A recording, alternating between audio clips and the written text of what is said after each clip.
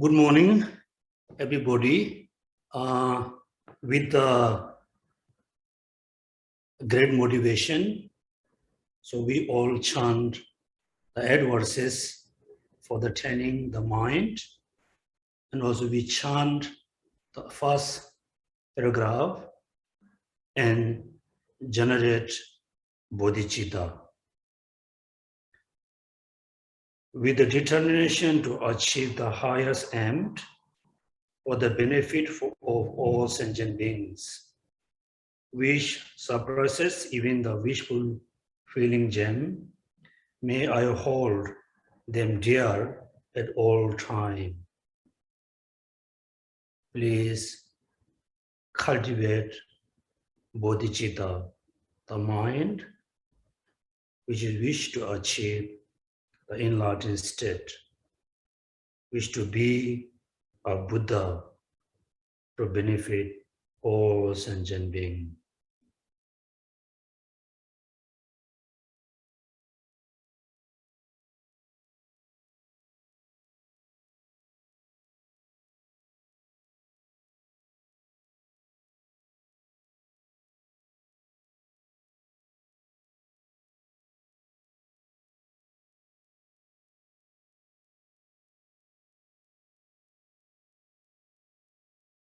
Second, in order to achieve Buddhahood, we must have great and pure compassion towards all sentient beings.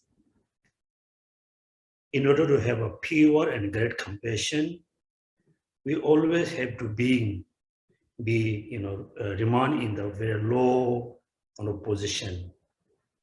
Otherwise, we cannot generate the pure compassion. Whenever I interact with someone, may I view myself as the lowest among all, and from the very depth of my heart, respectfully hold others as superior.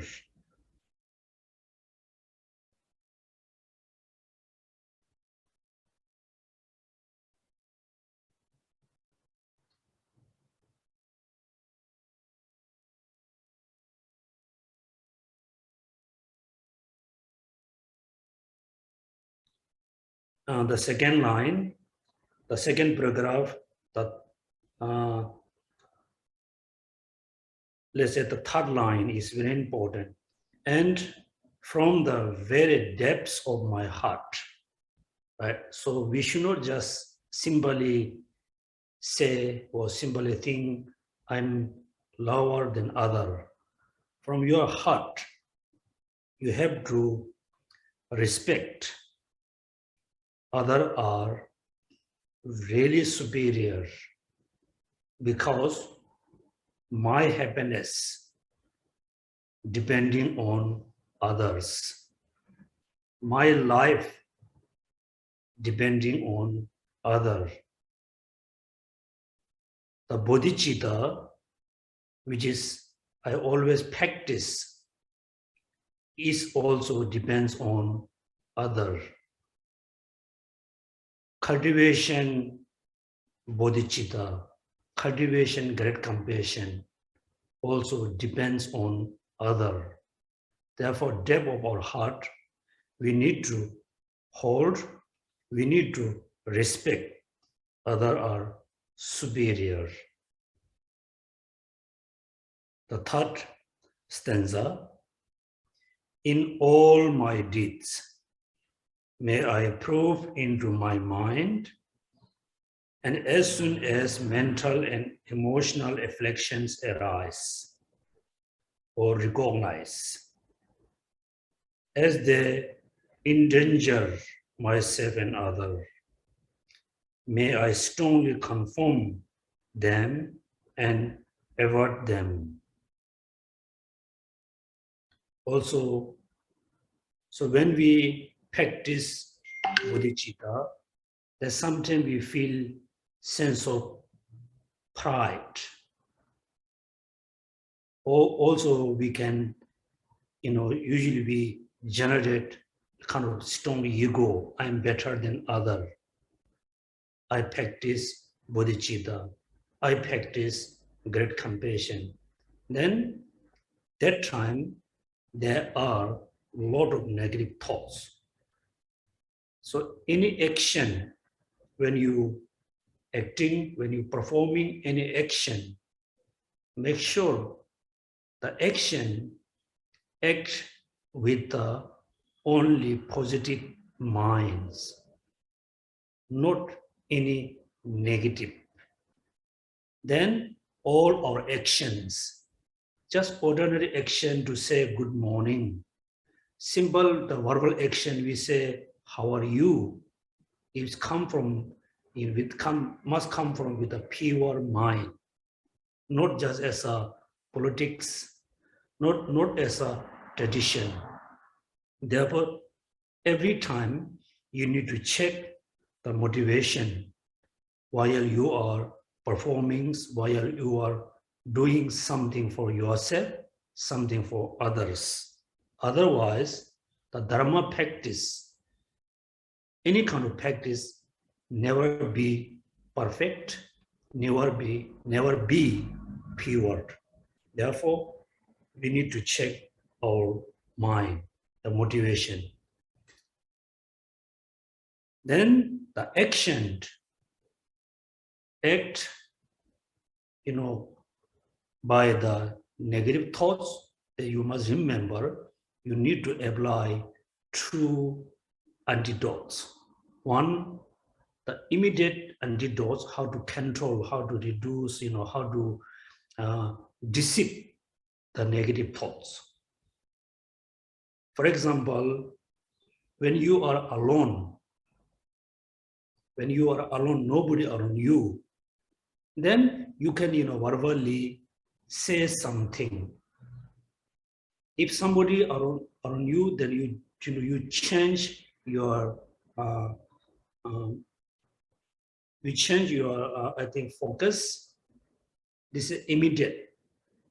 The actual one, then you need to apply the particular antidotes to reduce, control, eliminate the particular negative thoughts.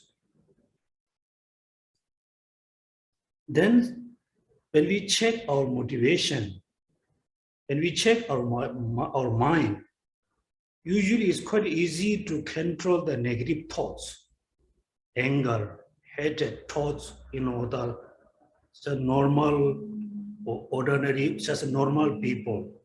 But it's not easy to control the anger, hatred towards your enemy, particularly the unpleasant character person. Therefore, next one, when I see being of the unpleasant character and those oppressed by strong negativity and suffering, may I hold them dear, for they are rare to find, as if I had discovered a jewel treasure. So when we discovered the jewel treasure, it fulfills our desire. It fulfills our wishing. Same way, when you see very unpleasant character person, it make you angry. And that time you must think, oh, this is a very rare opportunity to apply compassion, patience to this person. Then I can achieve Buddhahood. Then I can, cultivate bodhicitta. Therefore, unpleasant character person, your enemy, the annoying person, when you see them, you must feel, wow, it's a very good opportunity for me to practice the pure Dharma. Therefore, those are very rare to find. Also, those are, look like, discover that, the treasure. Why it is so rare? This moment, how many people live in Singapore, maybe 6 million. Among the 6 million, there are only few people who make you angry, who annoy you all the time. Right? So among the 6 million, you have only few people, which is you can apply the actual compassion and patience. Therefore, they are so rare. And those people look like the treasure to fulfill your, the desire, fulfill your wishing, also fulfill your achievement. So rare. When others, out of jealousy, treat me wrongly with abuse, slander, scorn, may I take upon myself the defeat and offer to others the victory.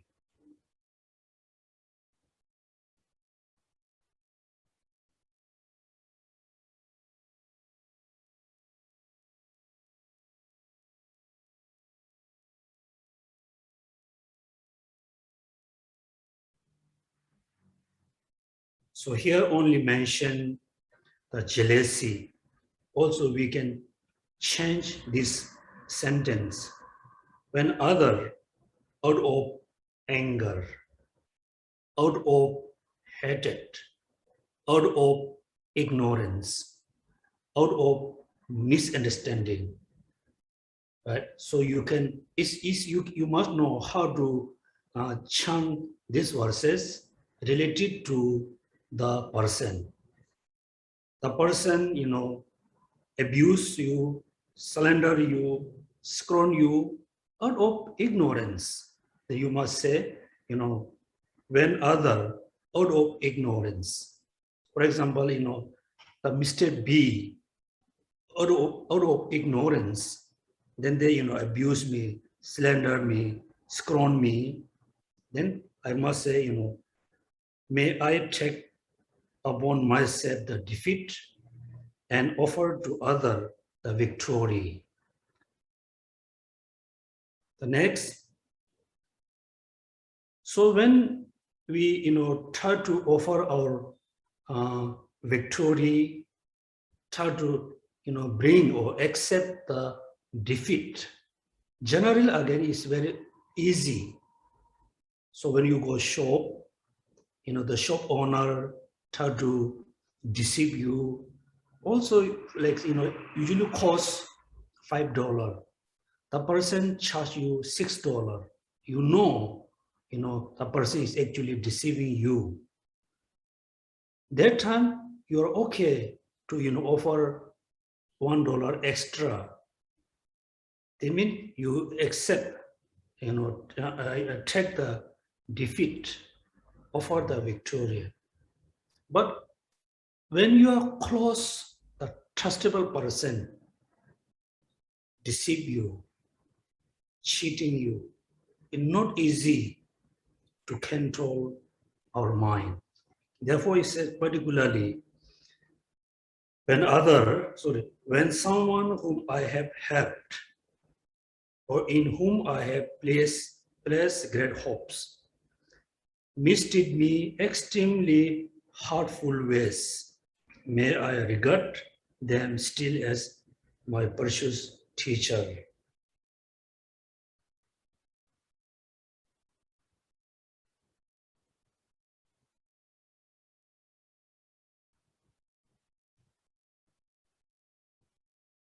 In brief, may I offer benefit and joy to all my mother, both directly and indirectly.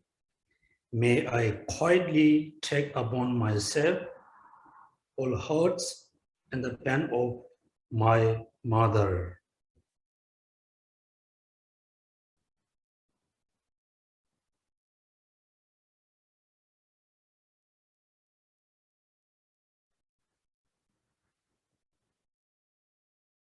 May all this remain undefiled by the stain of it, the Mandan's conscience, and may I, recognizing all things are illusion,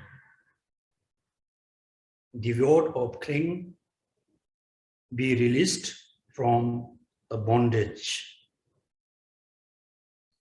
Please try to realize all the things are on us, all the people are on us, as it looks like illusion.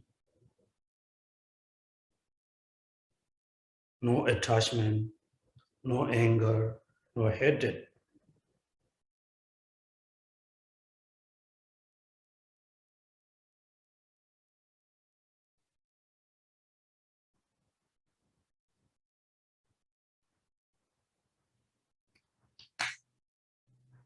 Next, also we remember the 7 points. 7 points. Without looking the textbook, please remember the 7 points.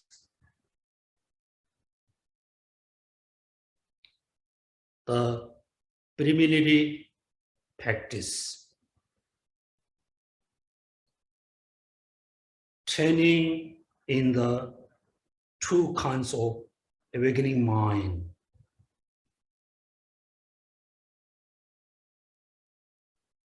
Taking adverse conditions onto the path of enlightenment.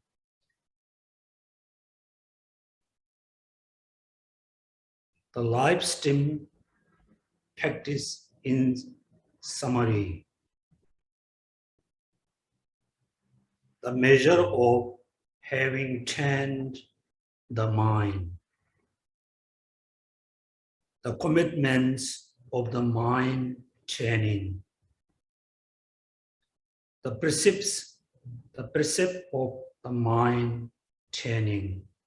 Those are the 7 points. And also the adverse mind training. The original, when Geshe Langri Thangpa, when he composed, not going to compose, I think he written down the teaching.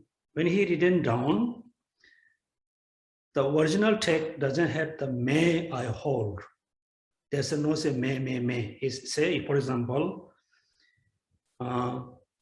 in all my deeds, may I prove into my mind, and as soon as mental and emotional affliction arise, as they endanger myself and other, there's a no may. There's a train my mind, trained my mind. Strongly come, train my mind, train my mind, train my mind. The later one of the Kadamba, he changed the training into may I. That means, so may I mean for the beginner, we really wish to have these practices. We are not just wishing, we are not just having a wishing to practice this, the mind training. We want to practice. Therefore, when you are alone, you must say, I train my mind, or train my mind, this, right? Remember. Among the 7, the first, the preliminary practice, right? It's exactly when you think about Lamrim, the small scope path, the middle scope paths are the preliminary. The second, after you fully understood, you have a pure, devotion to Triple Gem, you fully realize the human life is leisure and opportunity, also impermanence. When you meditate on impermanence, must remember the 9 reasoning based on Lamrim.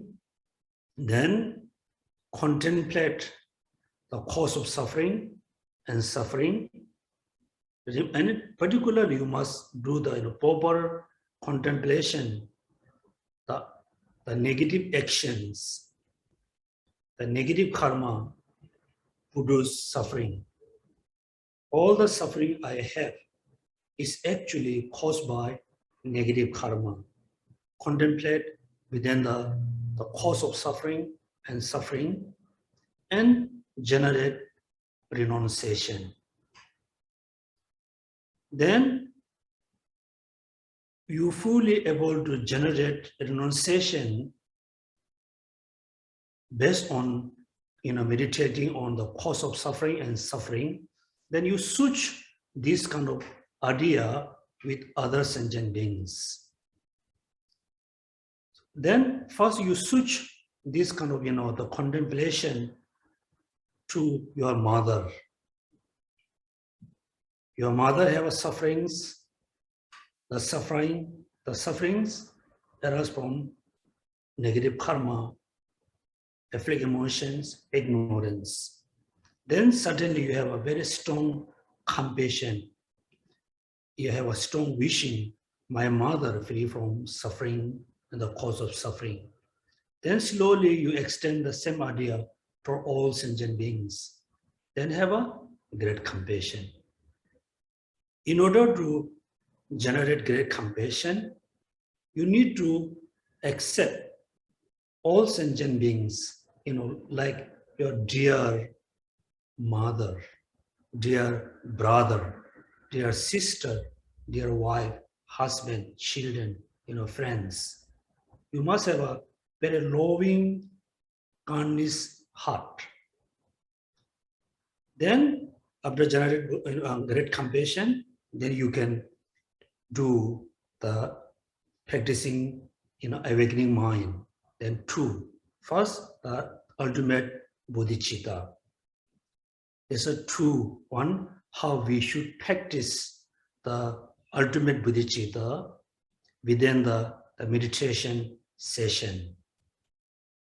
And how we should practice the ultimate bodhicitta after we arise, after we get up from the meditation session. Therefore, we all also chant together, tend to view all phenomena as dream-like. First, everybody just meditate, the emptiness of all phenomena around us, including our body and speech.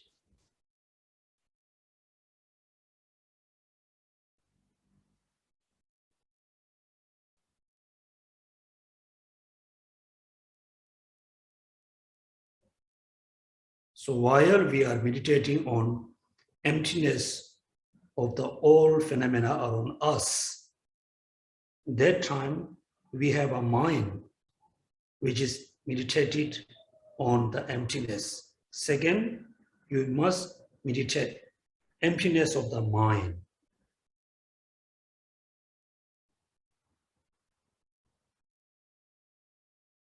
Then third step, then you must meditate emptiness of the mind, which is became antidotes to the ignorance. That means emptiness of the object, emptiness of the subject, the mind, then emptiness of the both object and subject, right? Therefore, the second line, examine the nature of the unborn awareness. The remedy to is freed in his own place. Place your mind on the basis of all the actual path. Then finally, you just fully, your mind just fully meditate on the emptiness. The mind just absorb the emptiness. Nothing else. Therefore, he said, place your mind on the basis of all the actual path, mean the emptiness.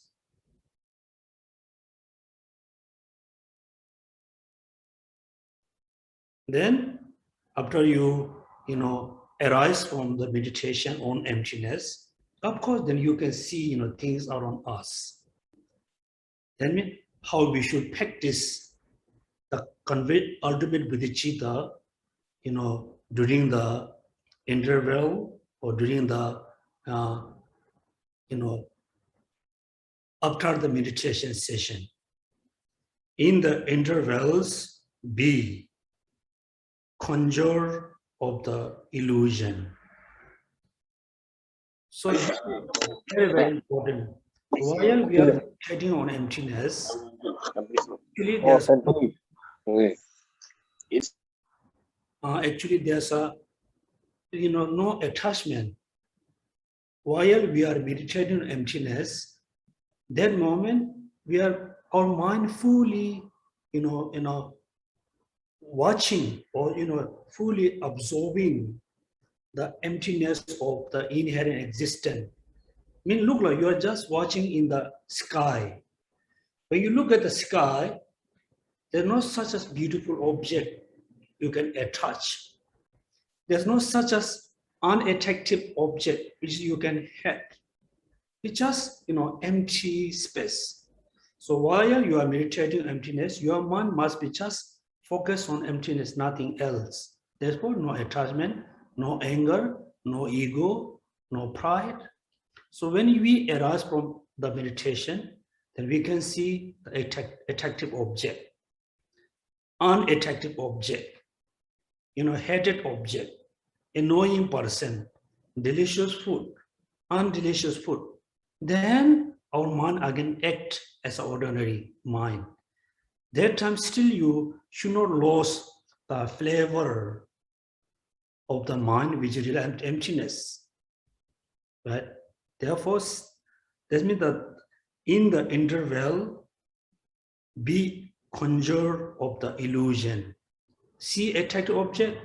The object is there, but the object appeared to me as so attractive. I mean, it should look like just illusion.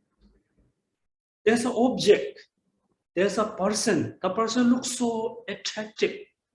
No, the attractiveness, the beautiness, ugliness, everything for me is an illusion. Then there's no attachment. And also when you see your close friend, again suddenly you have a sense of kind of attachment. Then yes, my friend is there, but I should not have an attachment because he or she also look like illusion. That means your mind fully tied to training into emptiness during the meditation, after the meditation. Otherwise, during the meditation, our mind becomes very calm. After meditation, our mind becomes just normal mind. Right? This one how we practice the ultimate bodhicitta. Second, how to practice the conventional bodhicitta. 10 alternatively in the two, giving and taking. Giving and taking. Again, before you practice this one, again you must remember all sentient, visualize all sentient beings, and remember those are very, dear to you, dear to us, very kind to us, very important, superior, most important. But right now, all sentient beings has so many sufferings. How I, them free from suffering, how I can help them. Right now, I don't have enough food to give all sentient beings. Don't have enough clothes to give all sentient beings. No medicine. No, I don't have much. Then you just practice giving and taking. Right? Therefore, you just be quiet, visualize sentient beings, practice giving and taking. And the root text, they said, the first is start by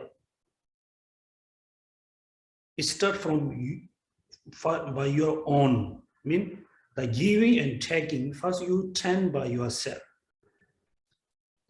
How? Mean right now we are in the morning. Yes, afternoon, for me, afternoon there's a Geshe Yonten. It's a timing is different, right? So first I give my all happiness to the Geshe Yonten who exists in the afternoon, who will exist in the evening, who will exist for tomorrow. You just give your happiness to yourself. And taking all the suffering from the evening Yonten, afternoon Yonten, tomorrow Yonten, next year Yonten, we just tend yourself. Right? Then when you become quite comfortable giving yourself, you are giving your happiness to yourself, you are taking the suffering from Yonten, from afternoon Yonten, evening Yonten, tomorrow's Yonten, in the future Yonten. So then you are exchanging your happiness and suffering by yourself. Then second step, then you turn your mind with your dear mother. If your mother is still with you, someday you just look at mom, must realize the suffering and give happiness and take her suffering. If the mom is already passed away, still you just visualize the mom. You're not just thinking, oh, she passed away, she is somewhere already born. You just visualize the actual your biological mom and tell your practice giving. And I said many times. So I have few people who said, oh, I'm not happy with my mom. My mom is not such a good person. Then we have forgotten how she, actually take care of us when we were in the stomach after we give a birth. Many years, she fully sacrificed her happiness, take care of us for many years. Then slowly you have, friends or relatives, friends, and all sentient beings. It's during the, fully focus on giving and taking, should not have any other thoughts. Turn alternatively in the true giving and taking, place the true astrate your breath. Then the last true line, how to practice the conventional bodhicitta after the meditation during the interval. There are three objects, three portions, the three root virtues in all action, turned by means of the words. What does mean? Does mean after you practice for giving and taking for like 10-20 minutes, then you arouse from the meditation. The first time your eyes encounter contact with the beautiful object, certainly there will be an attachment. Maybe very slight attachment, strong attachment, very strong attachment. Definitely there must be an attachment. There must be a concept of, oh, this is so nice. Then you remember, yeah, this is attachment towards the beautiful object. Due to the attachment in the past, I engage with a lot of negative actions. Not only me, but all sentient beings develop attachment towards the attractive object, then engage into negative action. Then, me and all sentient beings are suffering due to the attachment. But then, again, you must remember all sentient being has a lot of suffering due to the attachment. Then also you can take, all the attachment into you, give the kind of non-attachment towards them.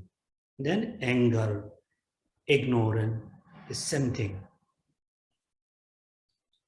Give and taking. And when you see attractive object, remember attachment. When you see ugly object, annoying person, annoying group of people, remember anger and hatred. And remember, due to the anger and hatred, people engage into a lot of negative actions, right? Then also you can see, when there's an object neither attractive nor unattractive, at the same time we are cultivating ignorance. And remember ignorance. Therefore, three objects: attractive, unattractive, and the normal, the neutral object. 3 poison: attachment, hatred, ignorance.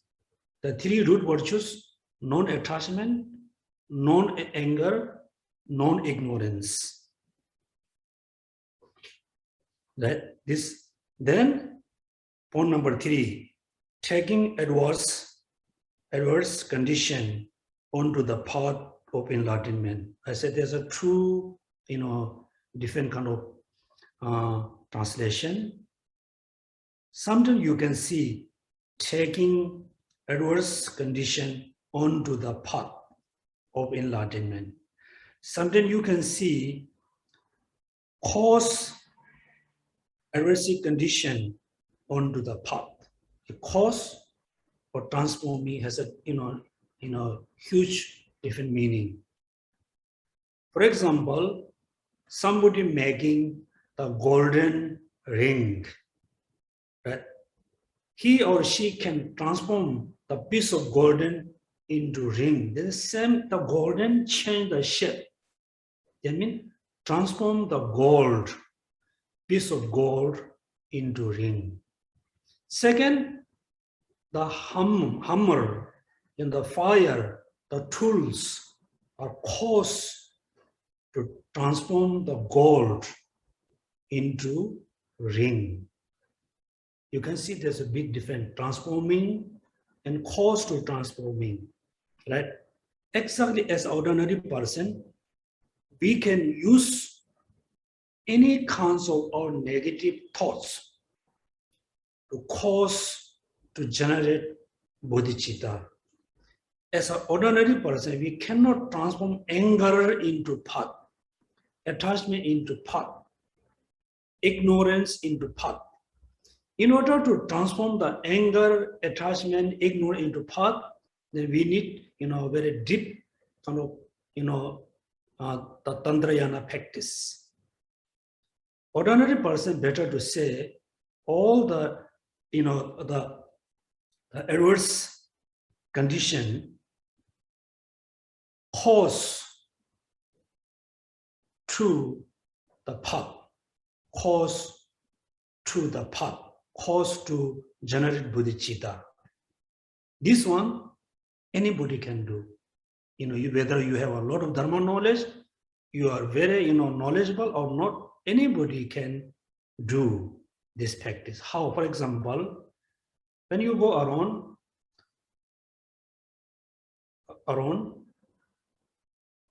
I'm not sure, all of you are, for example, I'm, when I go around, I always observing how the people, speaking, the reaction, the looking, their, the face expression. So when you go in the MRT, look like everybody should look very healthy, everybody dress, nicely, everybody, carry expensive mobile phone, expensive bag, expensive jewelry, expensive watch, expensive shoes, look so nice.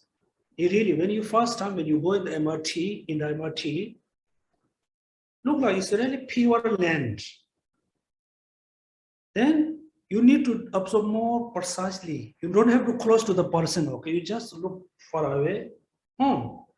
He or she looks so happy when you check the expression. Oh, he or she has a lot of depression, anxiety, worry, fear, right?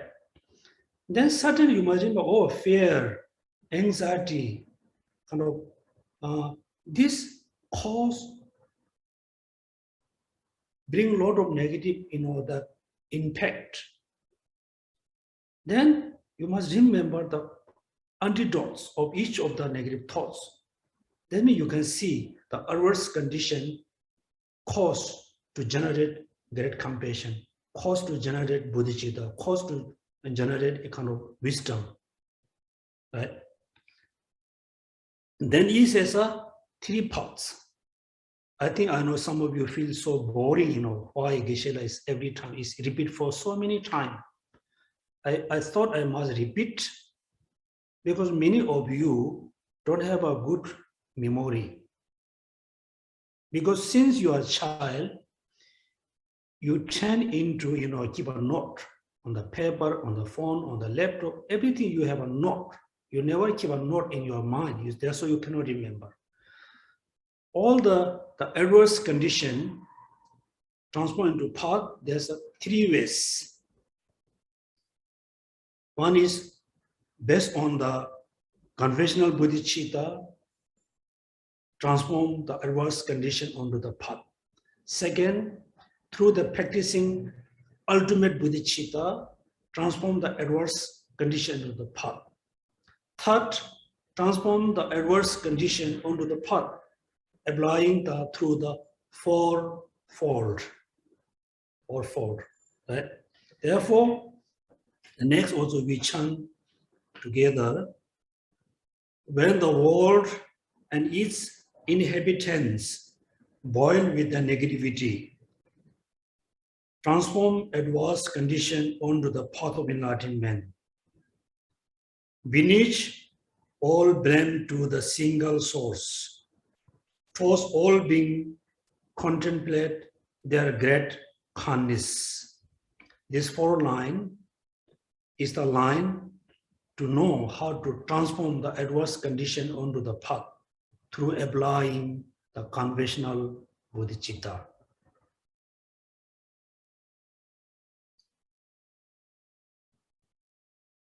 Then when you look at the words, it looks like there's nothing like conventional bodhicitta, right? Then here you need to remember the benefit of practicing other cherishing,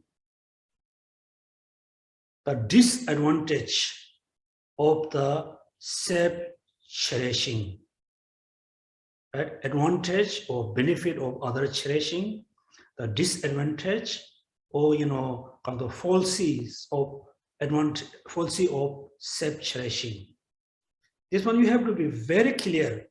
Oh, this is a self-cherishing. This is the other cherishing. First, you need to compare which is better, right? Which is better. Therefore, here from the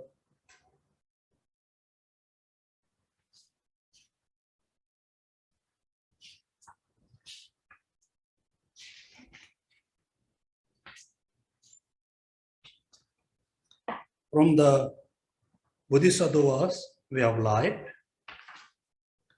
whatever harms exist in the world, whatever dangers and suffering are in the world, all of these arise from the grasping at self. What use is this great demon for me? Right? That means self-cherishing is the demon for us.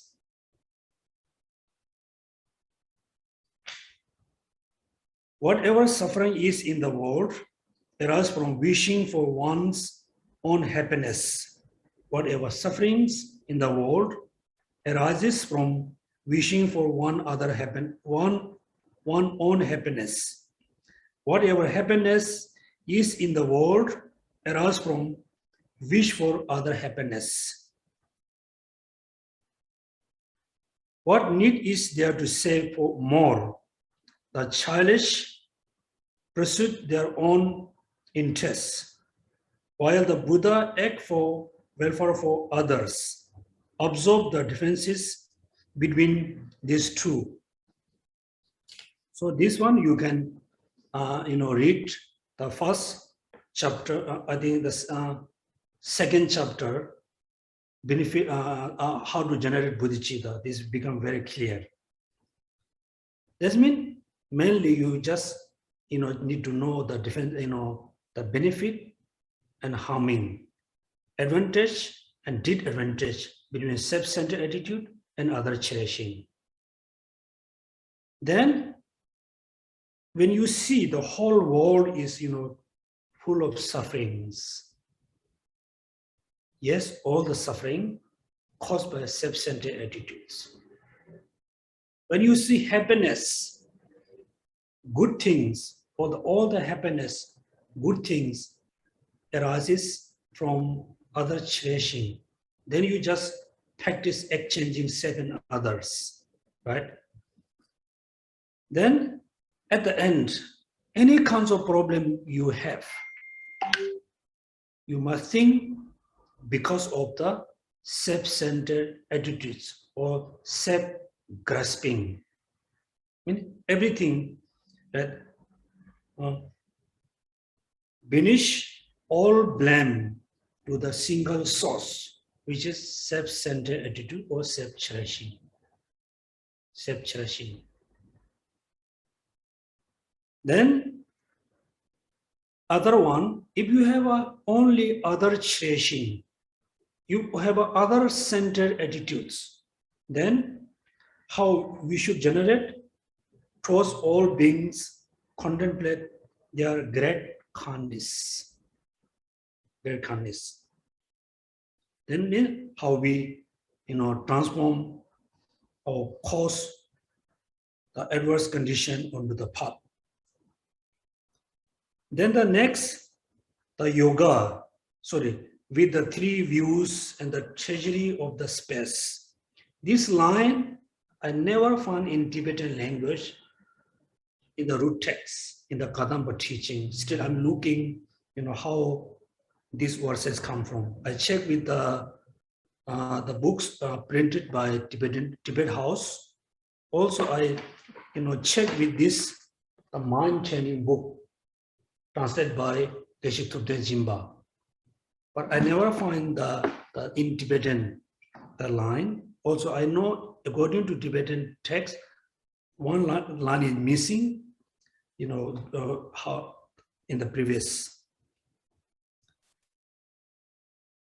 With the three views and the treasury of space, the yoga of protection is the unexalted. Excelled. By meditating on illusion as the four Buddha's bodies, emptiness is the protection unsurpassed. Again, when you see problem and suffering, difficulties, you must remember the emptiness. Emptiness. Then practicing emptiness, the meditating emptiness is the best means to reduce, any kinds of sufferings. For example,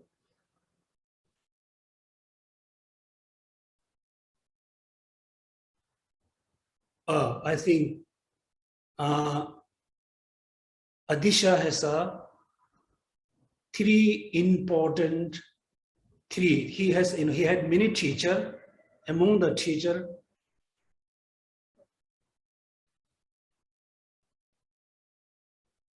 three. Lama Selingpa, then Shanti Rakshata, then Junar Kusali. Junar Kusali, the three. The Shanti Rakshata, before he was just follow the Sudantika school. No Mahayana, no Bodhicitta. But he was very kind, very compassionate person. And in the village, someone was very sick. Then the doctor said, if you can get a human flesh or human meat, you can be free from this sickness. Then the doctor said, so difficult to find the fresh human meat. Then the Shanti Rakshita, he willingly offered his flesh to the sick people. Then the sick people fully recovered the sickness. But while somebody, cutting his flesh, it is so painful. Of course, so painful, because he didn't realize, emptiness.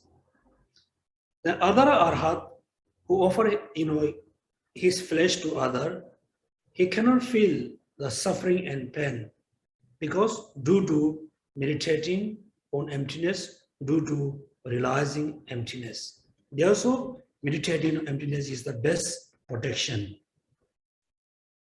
Then the third one, how to check adverse condition onto the path through applying the fourfold. So what are the fourfold? The first, and also I think there's a fold for purifying negative karma. The fold for accumulating merit. The fold for offering, you can say dharma, you can say gift, you can say fruit or clothes to the, the spirit who harming you, who harming others. And the last one, offer dharma or food, fruits, clothes, offering to the dharma protector. Right? So again, let's say, we are in Singapore. Now let's say, imagine there's a huge, problem, particularly, difficulties. Now, of course, as ordinary being, we feel very desperate. We feel very fear. Then must remember, yes, all this problem, I don't want. All the problem and suffering we have around us is mainly caused by negative karma, caused by afflict emotions, ignorance. Therefore, if you don't want this suffering, I must purify negative karma. I must eliminate the afflict three mind poison, particularly ignorance. Right? That means the problem also you cause to purify negative karma, negative thoughts. Also, we don't want sufferings. I need, condition to have a happiness, which is accumulating merit. Accumulating merit depends on the positive thoughts like love and compassion, kindness, tolerance, bodhicitta. That's the two practices. Then, as I think also particularly, as a many Singaporean, they really believe, the spirit, the ghost, the hunter house, the hunter place. If you think, I'm sick because of the spirit, because of the ghost, because of the, so and so, then instead of really hating them, you must appreciate. Oh, thank you so much, the ghost. Thank you so much, the spirit. You give me sickness. It reminds me to practice dharma. It reminds me to realize emptiness. Let's say, for example, you are totally, looking around. You don't know the timing. If somebody, hey, it is 3 o'clock. You must go. Then you must, thank you so much, reminding me this. Right? Therefore, we must appreciate to the spirit, the ghost, whoever harming us. Also somebody harm you, therefore you are sick. Also you must appreciate to the people. Because due to you, I remember practicing patience. Right?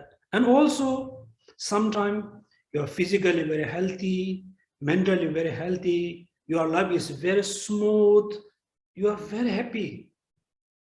Then you don't remember the Dharma. It's very common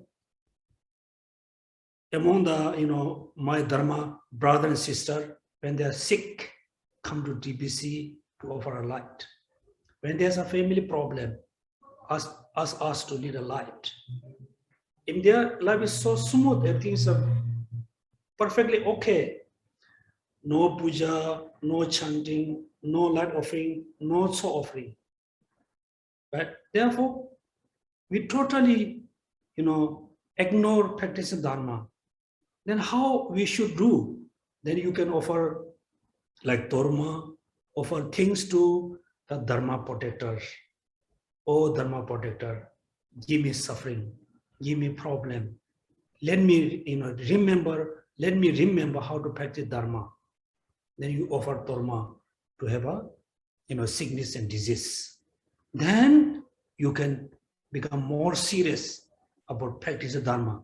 A sickness or disease can be harm you only for this lifetime, only for few years or few months or few weeks.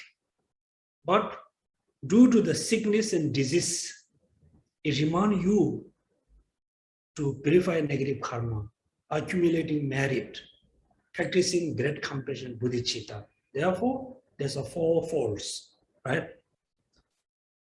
So there, as ordinary, I think you do the first two, the Dharma offering, this thing, I think it looks perfect, but you need to know your ability.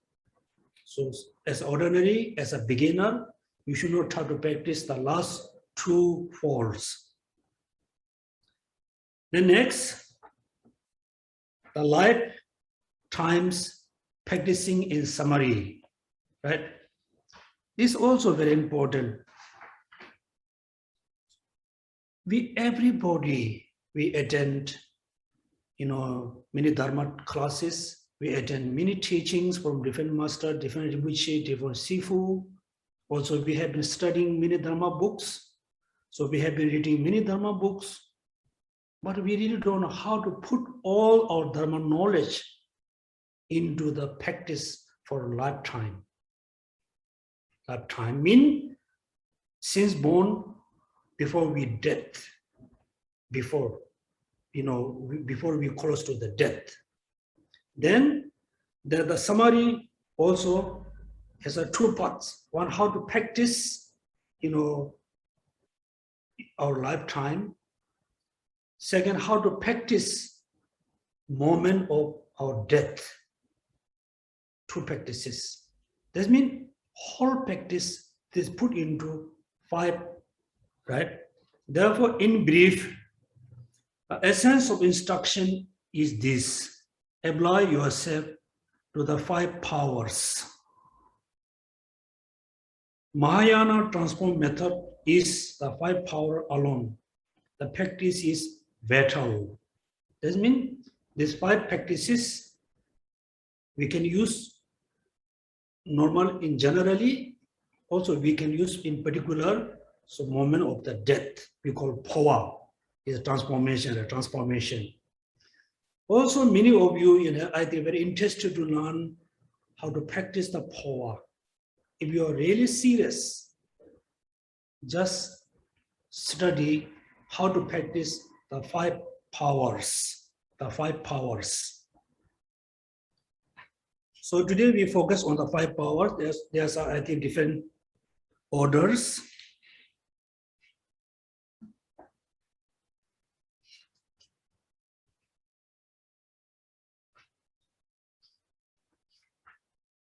The first, I think also you can check with the, I think, at the end of the book, there's a, what do you call, the number are there. According to the mind training books, number 1, the first, undertake the practice of the power of positive seeds. They've said positive seeds. Number one, positive seeds. With Tibetan we call karbo mean positive or white or seeds. Karbo sabunji top. Second is the number two, power of aspirational prayers. Power of aspirational prayers. Number three, the power of eradication. Eradication. Number four, the power of propelling instruction. Propelling instruction. Number three, number four, number five, the power of acquaintance, the power of acquaintance, acquaintance, five powers. Okay, now you check the order. Number one, power of positive seeds. Number two, power of aspirational prayers. Power of eradication. Power of propelling instruction.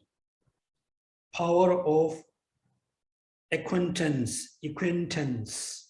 Those are the five powers. This is one order.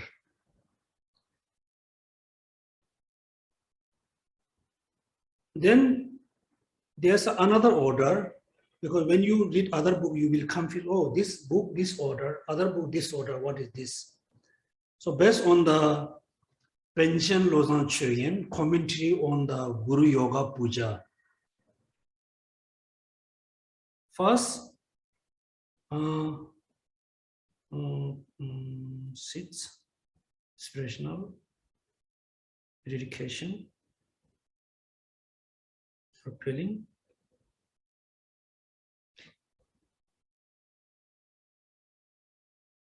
acquaintance, right?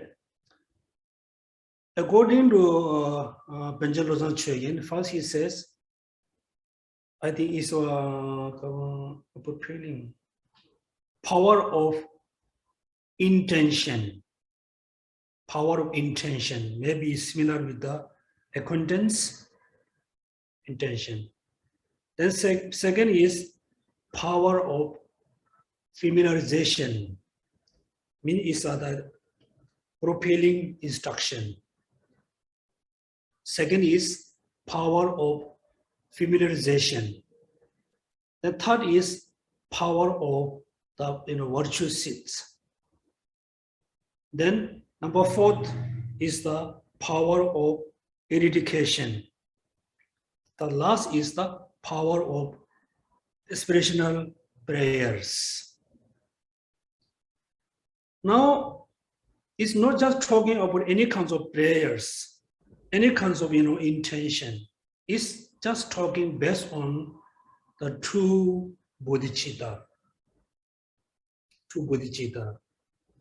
First, every day you must say, since today, since now, until I become a Buddha, until I'm dead, until this evening, I do only bodhicitta practice. When it's very clear, your intention, your motivation is only for practicing bodhicitta until this evening, until I'm dead, until my death, until become Buddha, I will practice bodhicitta.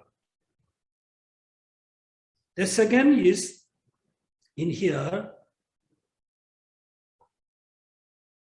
aspirational. Actually, it's better to do the power of familiarization.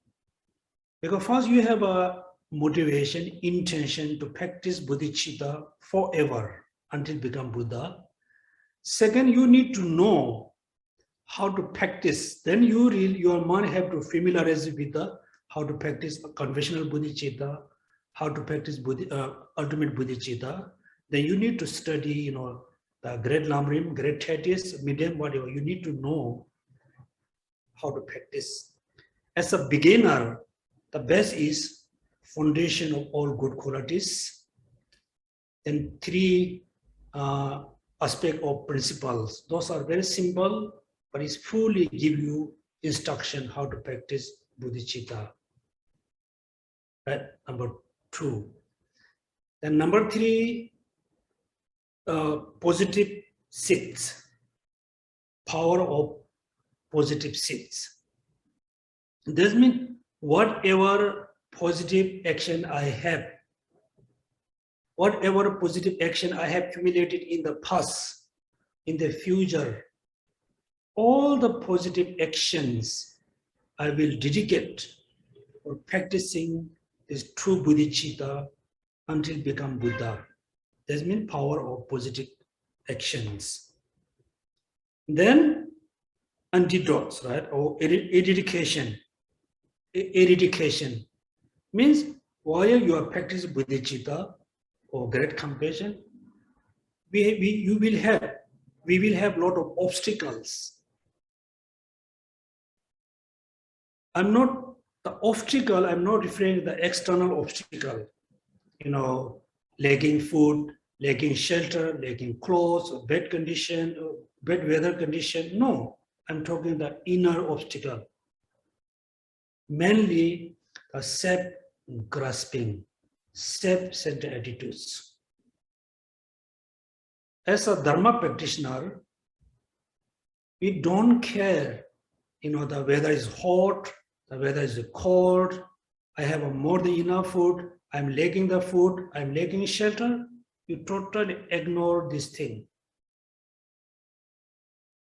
Mainly focus, practicing bodhicitta, then the self-centered attitudes, ego, pride, anger, hatred are the great obstacle, can be great obstacle while we are practicing bodhicitta. Mainly the self-centered attitudes. Therefore, you need to apply the antidotes for eradicate the self-centered attitudes. Then last, the aspirational power of aspirational, that you do a lot of prayer, a lot of chanting, a lot of recitation for practicing bodhicitta or accumulating merit, right? For able to familiarize your mind with the Lamrim. These 4, the 5 powers.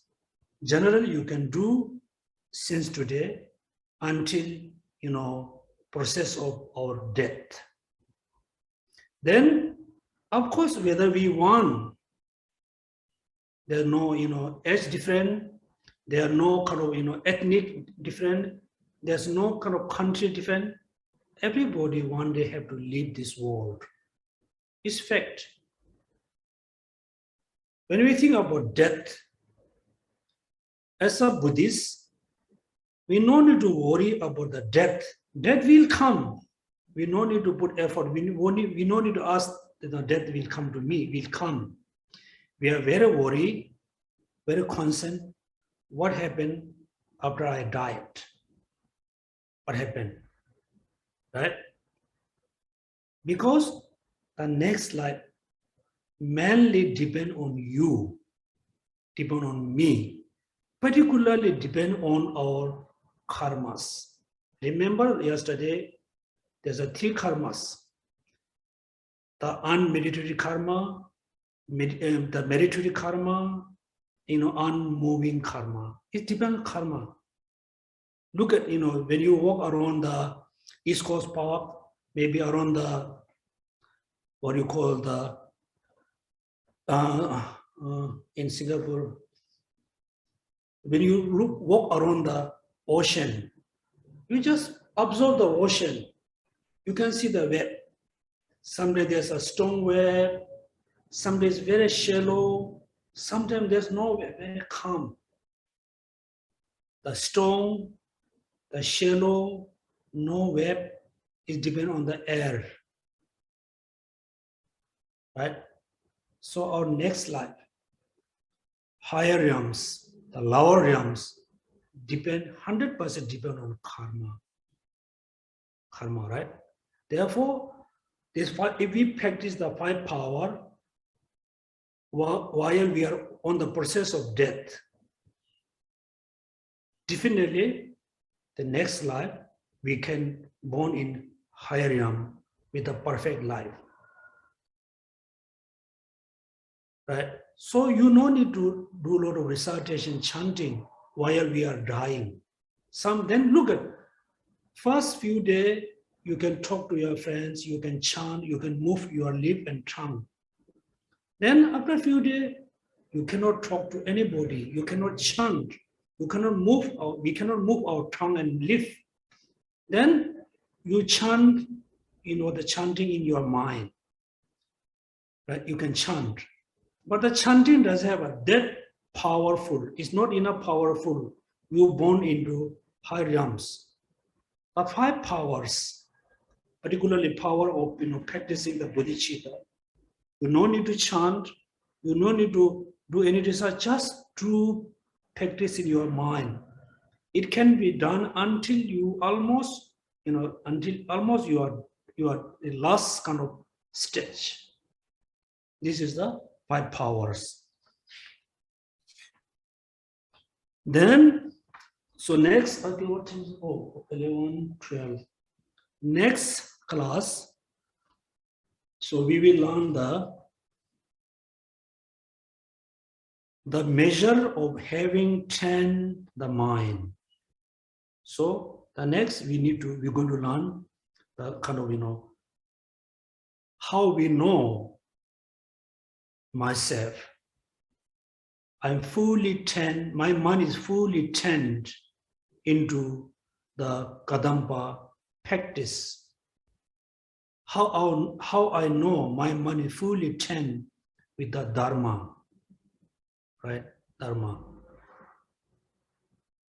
This one, sometimes it looks very easy, very simple.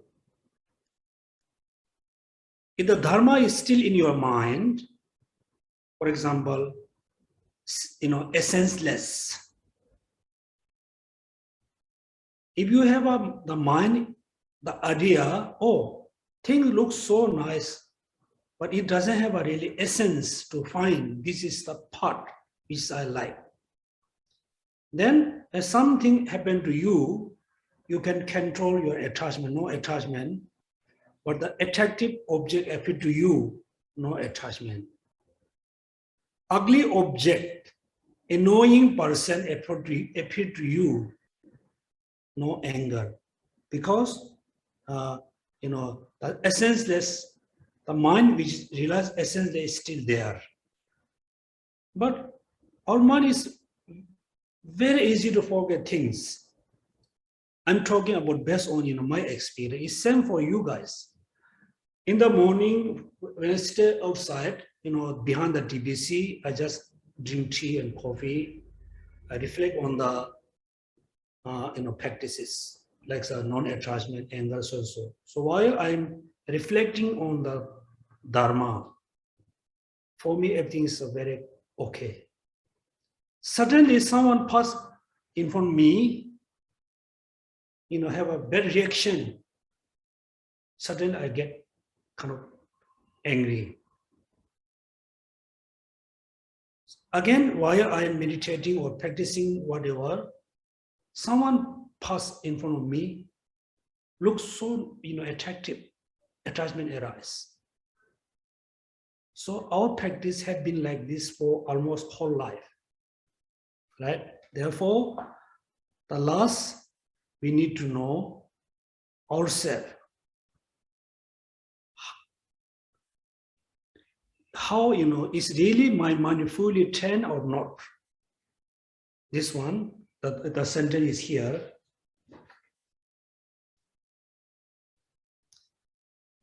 The intents of all teaching converges on the single point of the true witness. Uphold the principal one. cultivate constantly the joyful mind alone. If this can be done, even when distracted, you are 10, right? When distracted. Any kind of distraction come around you, if you're able to keep your mind peacefully, calmly, that means you're quite 10. Second, particularly when the attractive things come around you, the food or the clothes, the jewelry, the money, the people, whatever, the good things come around you.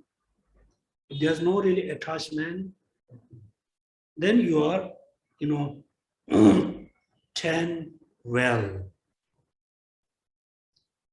Third, the annoying person come around you, criticizing you, abusing you, slandering you. And then no anger, no hatred. That means you are 10 well. Again 10 well. Then the last, somebody say, oh, this is only for you, not for others. That means then you feel, oh, it's just for me. If you feel happy, then you have a still strong self-centered attitude, self-cherishing. That means you are not 10 very well. Finally, you don't have any self-centered attitude.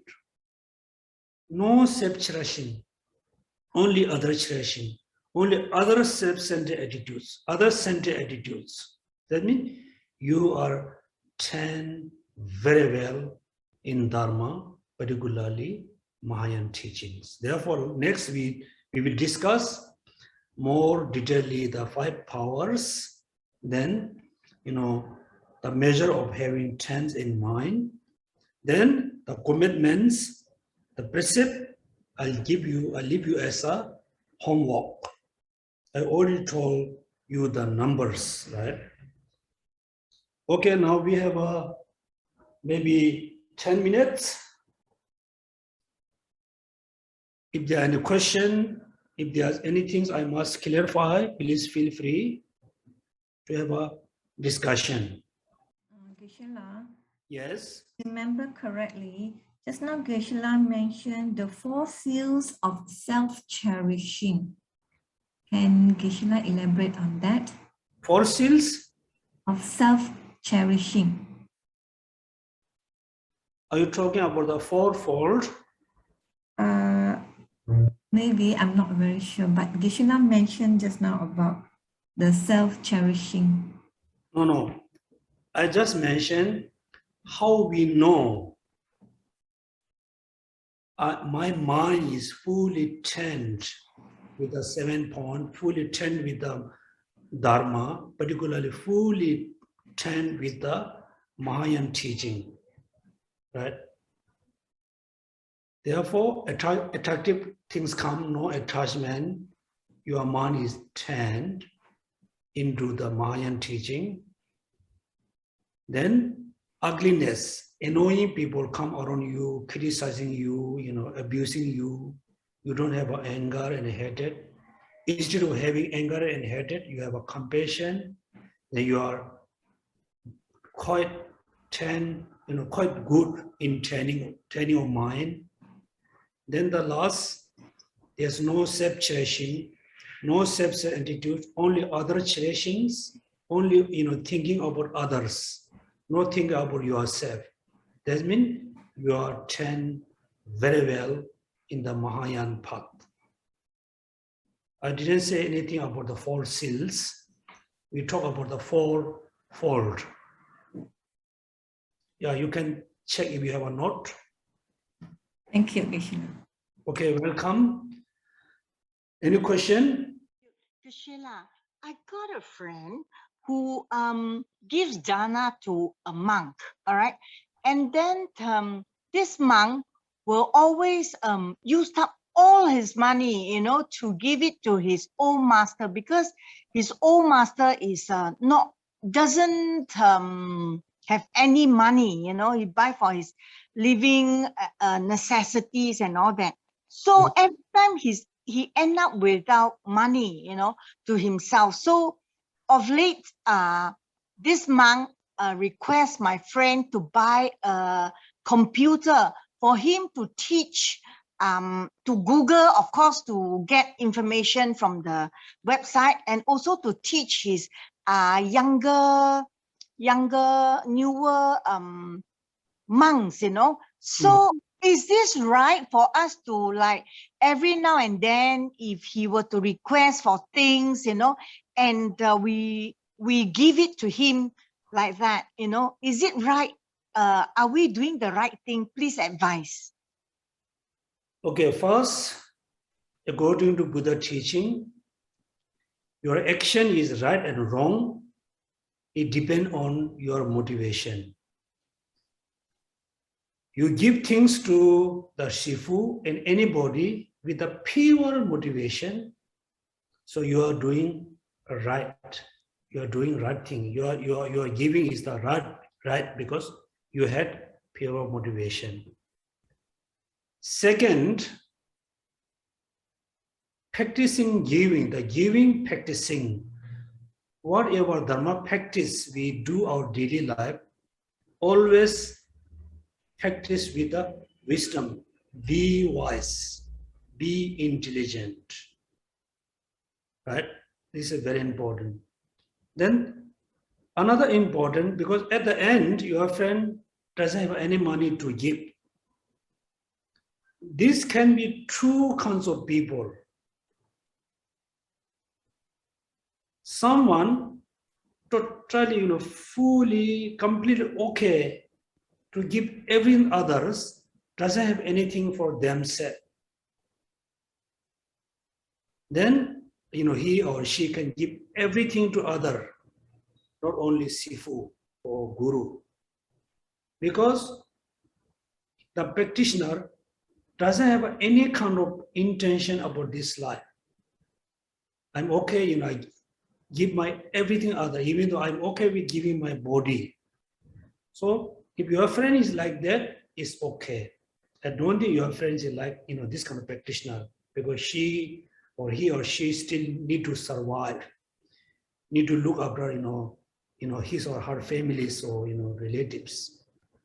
So therefore, first, with the pure motivation, your friends doing the right things. Second, no wisdom, things giving every day is not the correct way. The third one, if you are pure practitioner, don't care anything about yourself, then you can give whatever you have to others. But living in Singapore, you have to be very careful.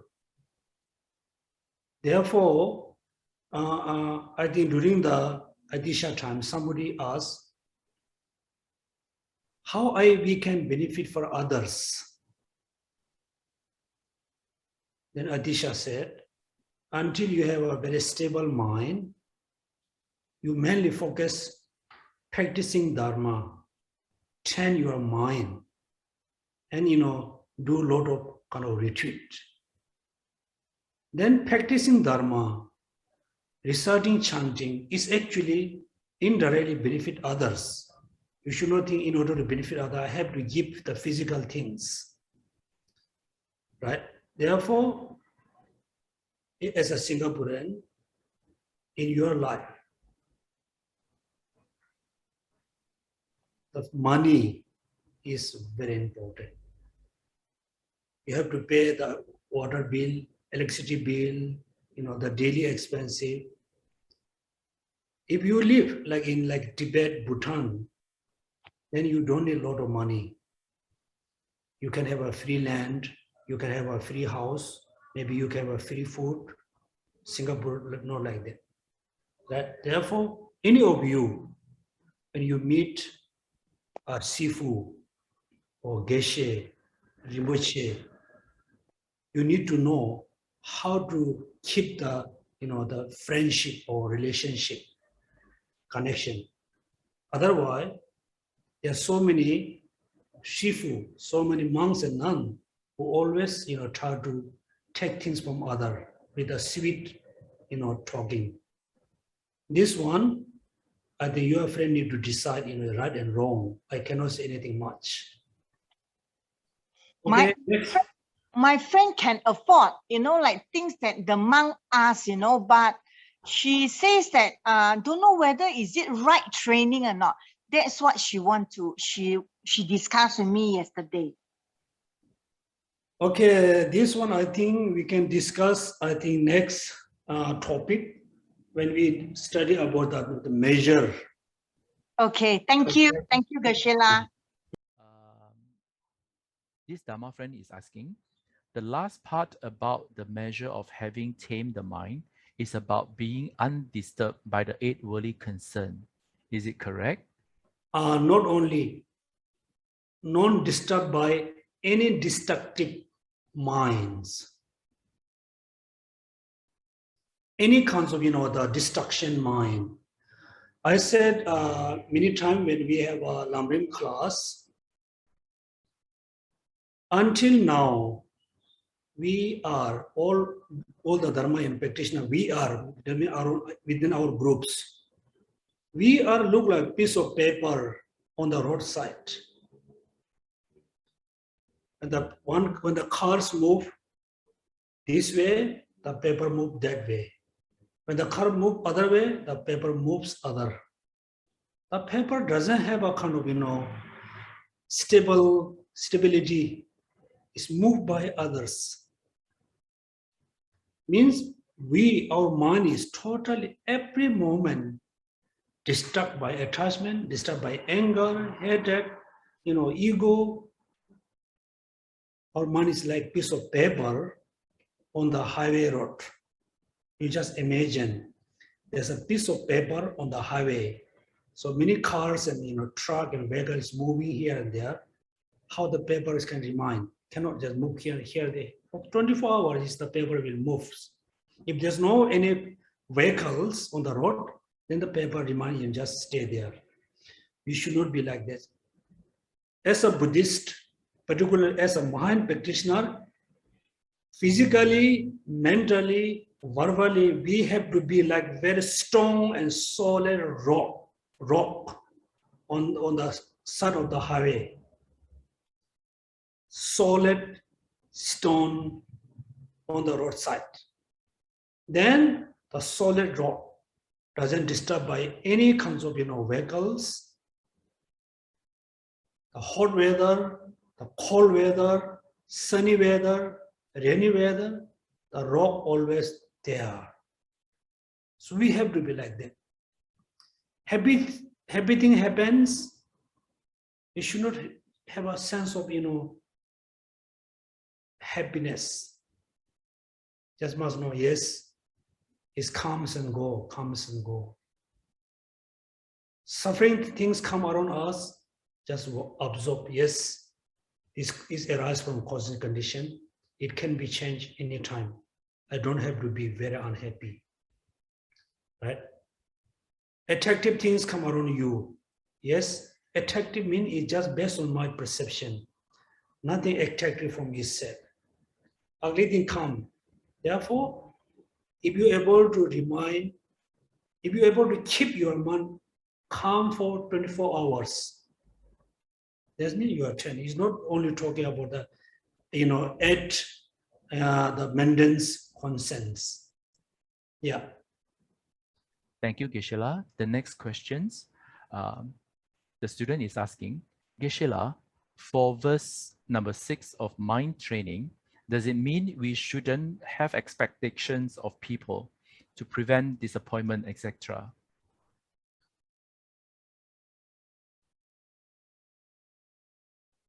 There's a particular, like a collection teaching taught by Buddha. Expectation can be two types, right? Two types. We must have a strong expectation to achieve Buddhahood through practicing bodhicitta.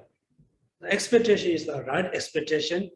You can achieve Buddhahood if you sincerely practice bodhicitta. it's a right expectation, the fruit will come on the right time. But we have a lot of, the worldly kind of expectation.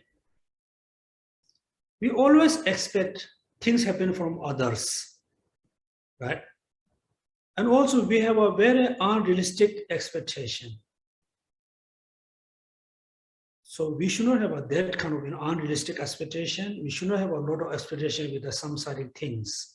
For example, now we have, I think, the Apple 12, the Apple 13 will come very soon. There are so many Singaporeans have a very high expectation to buy the Apple 13, right? Apple phone 13 or Pro Max, whatever. They thought, oh, if I want to buy the Apple 13, it will be perfect. This is expectation.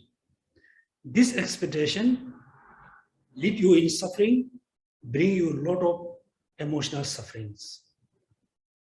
Oh, I don't have a lot of money, but I want to go to eat, one of the famous restaurant. If I have a lunch, I will be very happy.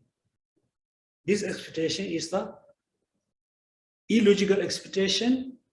This expectation bring you a lot of suffering. We should not have a, this kind of expectation.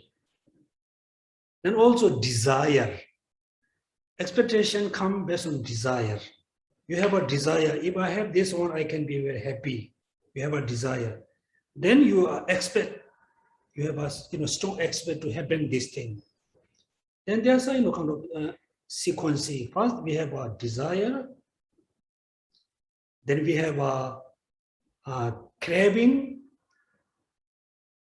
Then we have a expectation.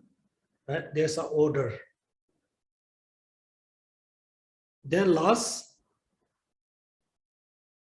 we have expectation. Whatever is happened to my life is look like for us is remain forever. Right? So therefore, this one I think we can discuss more. Is a collective teaching taught by Buddha. This order, right? Therefore, desire can be two types. Expectation can be two types. All expectation, I'm not going to say no good. I'm not going to say all desire are no good. So you need to know, what kind of desire, what kind of expectation. For example, okay. So we will discuss for next time we can have more time for discussion. Yeah, we have one last question. Okay. So the question is, if we request for kind of illness so that we remember to learn Dharma, will that be too risky? And if we sick, we will not be able to learn or study the Dharma, because I am very afraid to get sick or to have the negative emotion, which is one of my motivation to practice Dharma. So this is a question from a student. Yeah, again, thank you so much for asking this question. Actually, in our life, every moment there's a risk. You don't realize. When you eat healthy food, there's a risk to increase your high cholesterol, increase your blood pressure. If you drink tea and coffee, every moment there's a risk. There's a risk. If you you do a lot of prayer chanting to be sick person, also there's a risk.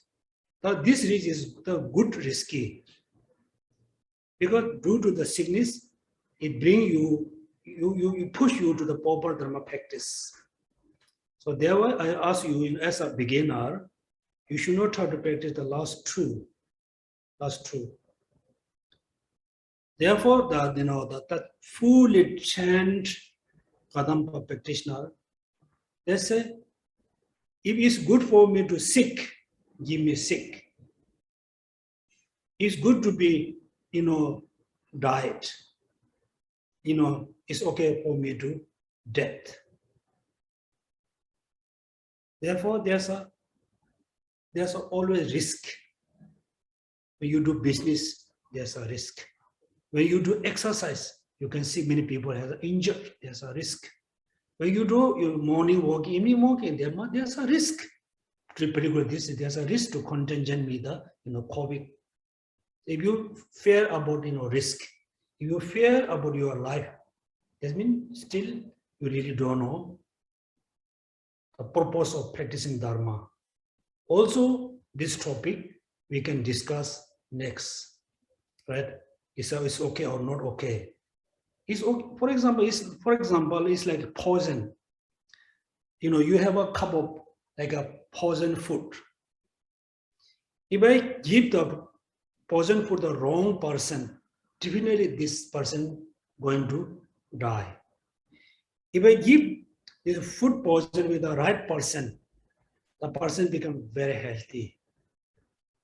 So this practice is depend on the practitioner. It cannot be suited for everybody. Okay, so thank you so much everybody to attend the Sunday class. And I hope all of you try to practice Dharma as much as you can. Last we do dedication prayers for dedication. Dedicate all our merit for able to practice the 7 point maintaining and 8 verses for maintaining or becoming Buddha to benefit all sentient beings.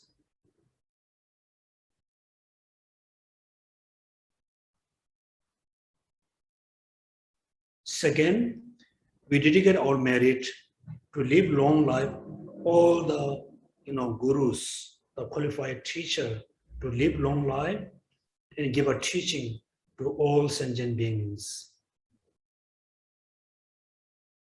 Last, we dedicate the merit to benefit all sentient beings. We can share our merit and virtues with all sentient beings without having any attachment to benefit ourselves.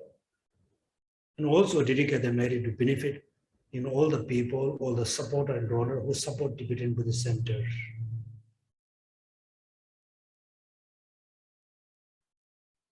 Okay, thank you so much.